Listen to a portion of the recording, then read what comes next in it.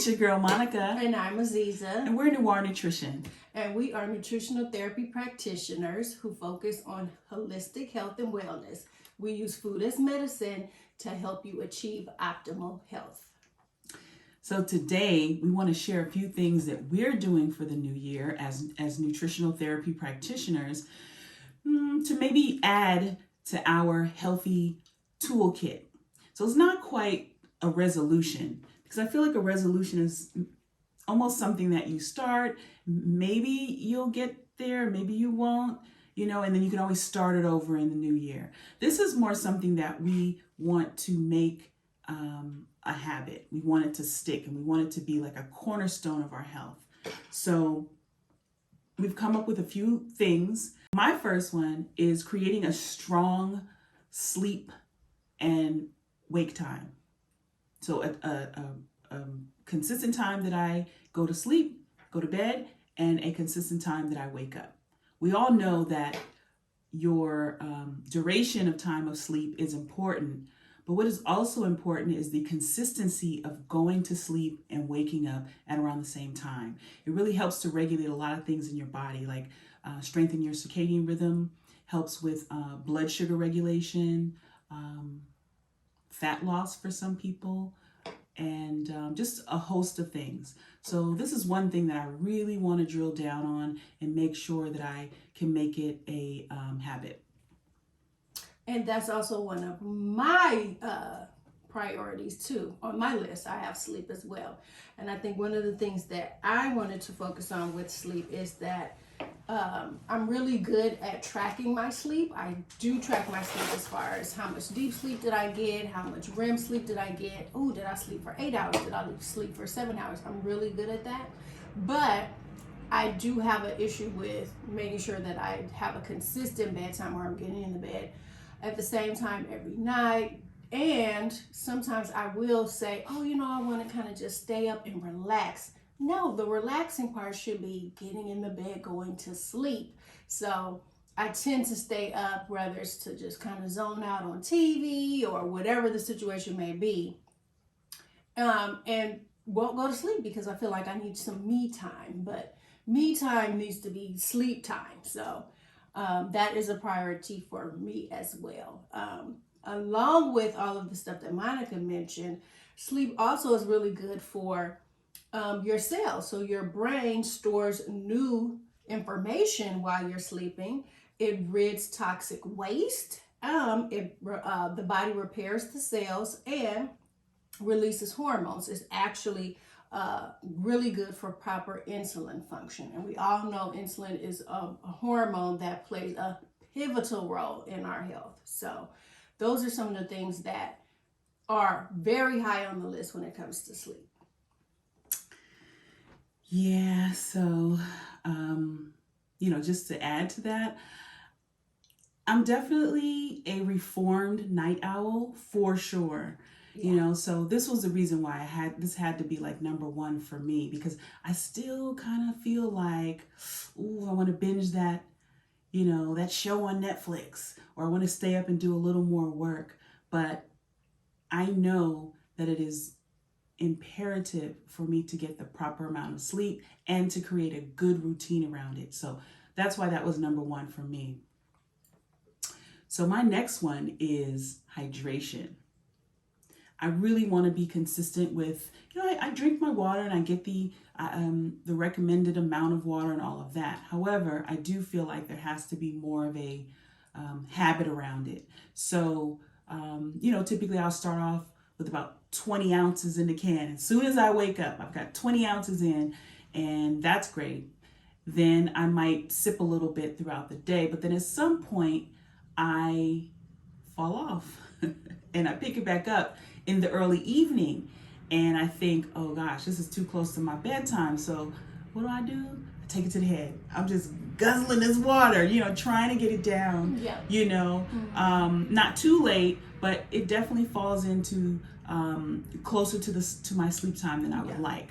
So that's what I want to do. I want to create a habit where I can maybe be really intentional about hydrating. And we know hydration is not just about the drinking of the water, but also the balance of the drinking your water and having the proper electrolytes. So just being mindful of that, sipping throughout the day, and not letting it encroach upon my number one priority, which is sleep. Because what happens is I'll drink too close to my bedtime, go to sleep, and what happens? I gotta wake up and I gotta go to the bathroom. So, one really does play off of the other. And, as NTPs, we want to make sure that we are looking at things holistically. These are not like siloed issues. These are things that are all interconnected. So, yes, I want to get better with that, just spreading out my water throughout the day. I am guilty of trying to chug it all in before I go to bed as well. I do start off pretty strong when I wake up, but then as I get busy, I just tend to forget that I need to kind of consistently keep sipping throughout the day. Another reason why hydration is important for me is because I work out and I sweat a lot, and we both get in a sauna and we sweat from being in the sauna.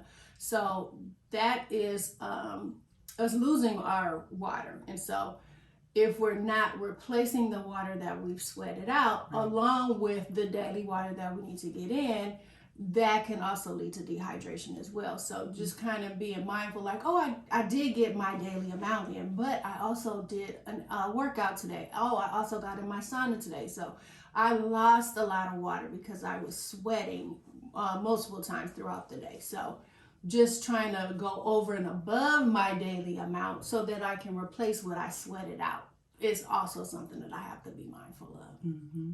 And I will say, around the time when it's chilly, I tend to really enjoy a nice cup of tea at nighttime. Yeah. It helps me to unwind. Warm. Yes, it's warm. It helps me to get into a state of relaxation before bed and all of that. However, drinking that tea will tend to dehydrate you slightly. So for that cup of tea, I have to now drink more water. So if I'm going to enjoy my tea, I have to do it earlier in the day. So there's that. And so my next one is cutting down on sugar. I am a sugar addict. And I know you're like, oh my God, not the nutritional therapist. I know you. Yes. Cookie Monster. Yes. I tend to go in, especially when my hormones fluctuate throughout the month.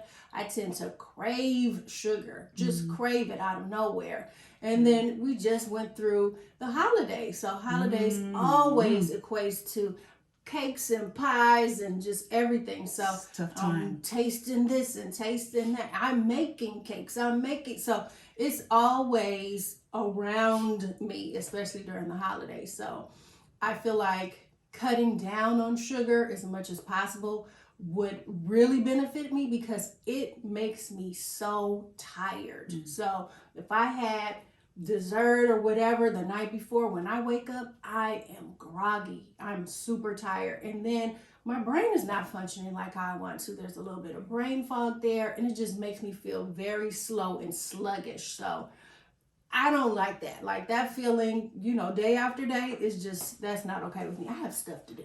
So I cannot be I need my energy to be at its peak so I can do all the stuff that I need to do during the day. So for me, cutting back on the sugar is one of my main goals because it's just not worth it. I've already had 50,000 cookies. I know what they taste like. Yes. Are they coming out with new ones? Yes. Will I taste it? Yes. But I'm not going to go in like I normally would because I know I'm going to feel like crap the next day. And research has shown that what your brain looks like when you've had sugar is similar to what your brain looks like if you've done any type of drugs. So I would rather cut that down because I don't want my brain looking like I'm high off of anything. So I'm going to keep it nice and clean and stable and cut down on my sugar.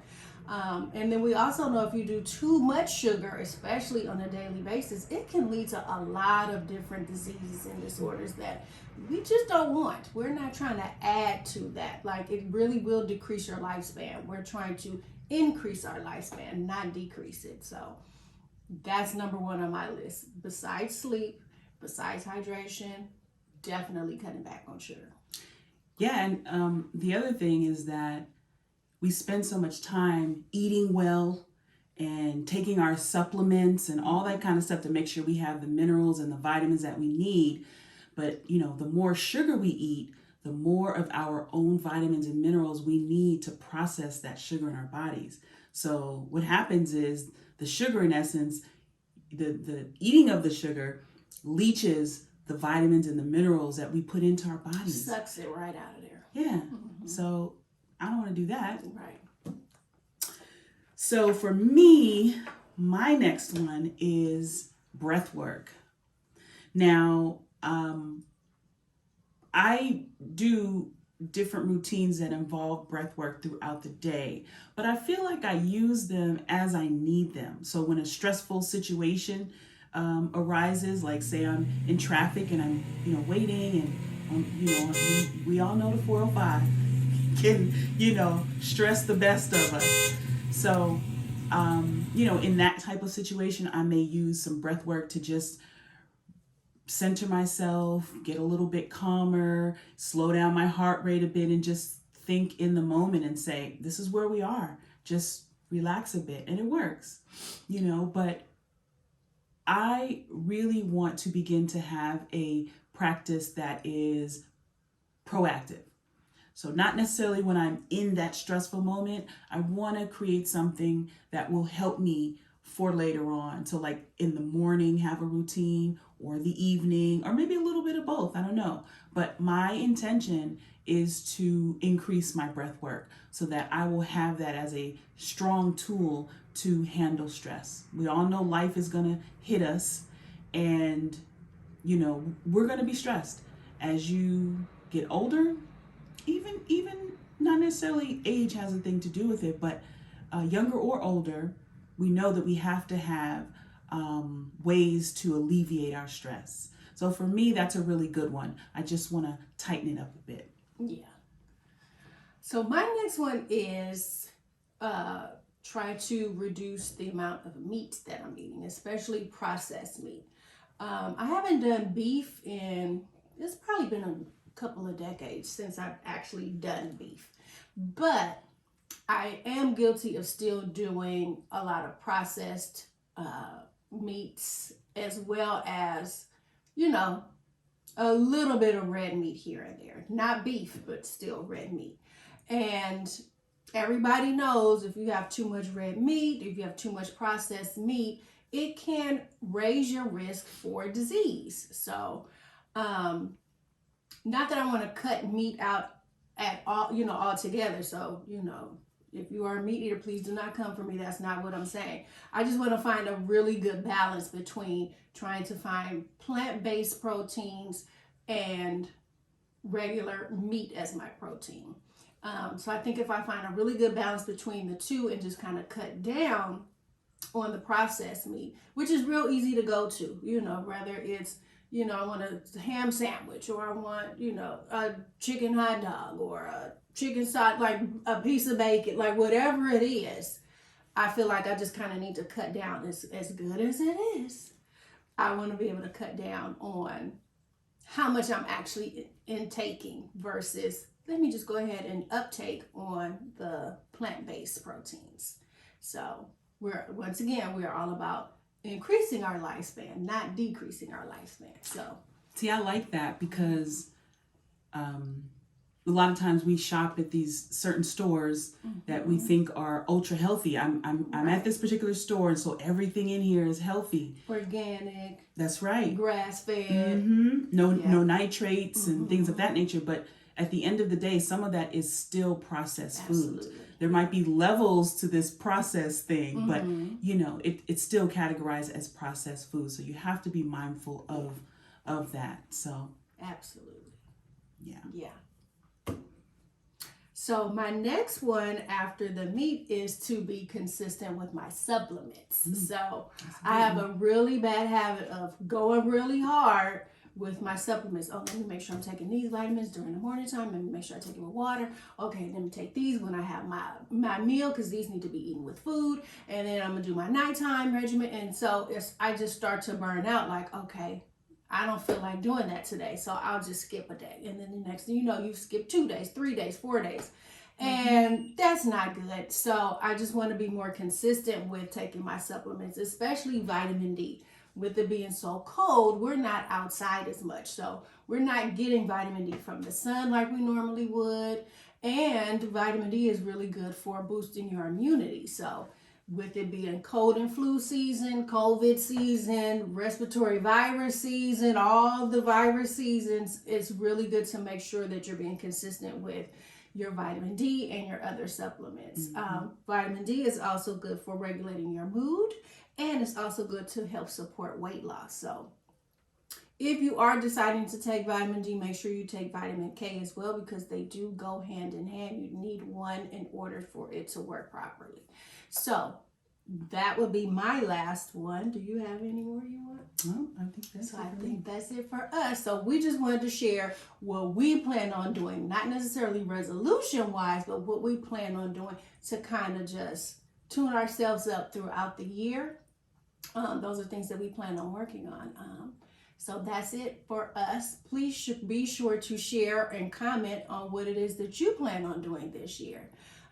We are done. pretty much. Yeah. So be sure to like, share, and follow us. And we are Noire Nutrition on all social media. Bye.